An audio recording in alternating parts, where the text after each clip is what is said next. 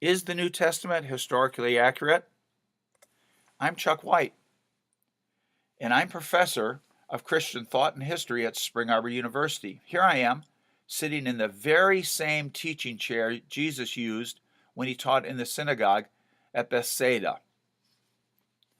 My background to talk about this subject involves studying at Harvard, at Cambridge, and at Boston universities, and teaching on every continent, except Antarctica. Historical accuracy means that when the New Testament says something happened, it really did happen. Because we are asking about the historical accuracy of the New Testament, we will focus on its historical parts, the four Gospels and the book of Acts. Now, since we do not have a videotape of every event recorded in the New Testament, we can't give a perfect answer to this question, but we can obtain reasonable certainty by answering three questions. 1, was it written by honest people who knew what they were talking about? 2, was it written fairly shortly after the events occurred? And 3, does it agree with the physical evidence and the reports of other credible people? So question 1, were the Gospels and Acts written by honest people who knew what they were talking about? The answer to this question is yes, and we know so for the following reasons. 1, the writers are brutally honest about themselves. 2, the writers include details only eyewitnesses could know. And 3, the earliest sources tell us about the gospel writers. In telling a story of what happened to you, have you ever told it in a way that made you look smarter, better, or funnier than you actually were? I'm sure we all have. It's a natural human tendency. But when you remember the Gospels and Acts come from the disciples of Jesus, you will be amazed at how they are portrayed in the story. For instance, in Mark's Gospel, the disciples appear 29 times, and in 19 of those stories they are doing something wrong, stupid, or misguided. Only in 10 of the appearances, about 1/3 of the time, are they doing the right thing. Instead of magnifying themselves, the disciples who tell the stories recorded in Mark's Gospel record the shameful truth of their failures.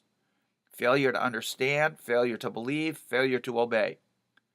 Since they are so mercilessly accurate about themselves, we can conclude they tell us the truth about Jesus. Second reason we can trust the author's accuracy is that they include eyewitness details.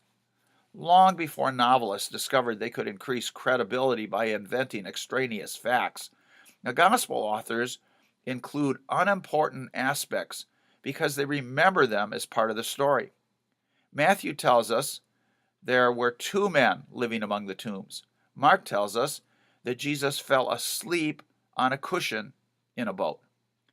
Luke, the doctor, says the woman had a high fever, and John tells us that Jesus fed the 5,000 as they sat on the green grass.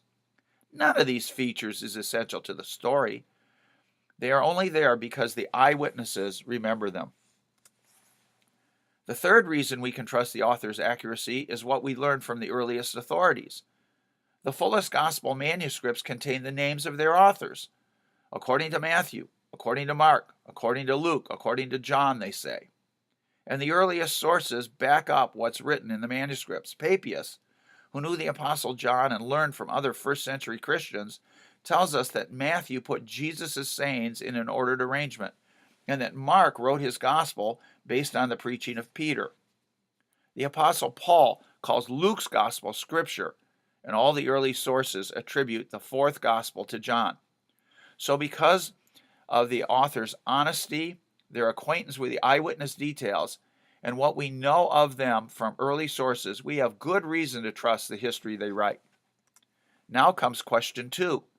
Were the Gospels and Acts written fairly shortly after the events they record, even within the lifetime of those who were there to experience them? Again, the answer is yes. The main reason we can be sure of the timing is because of what the authors tell us they know, and then also what they don't know. A century ago, people thought the Gospels and Acts were written 100 years after Jesus, but then they found gospel manuscripts that forced them to recalculate. A generation ago, people thought the Gospels and Acts were written in the 80s and 90s of the first century. But as more and more evidence comes to light, the dates of composition keep getting pushed back. From what the Gospel authors tell us when they write, Jerusalem is still standing, and Jesus' prophecy of its destruction is yet to be fulfilled. John tells us that the pool of Bethesda is, not was, surrounded by 5 colored colonnades. And Mark warns, let the reader understand when he reports Jesus' yet unfulfilled prophecy. From these and from other features, many scholars believe all 4 of the Gospels and Acts were written during the lifetime of many of the participants.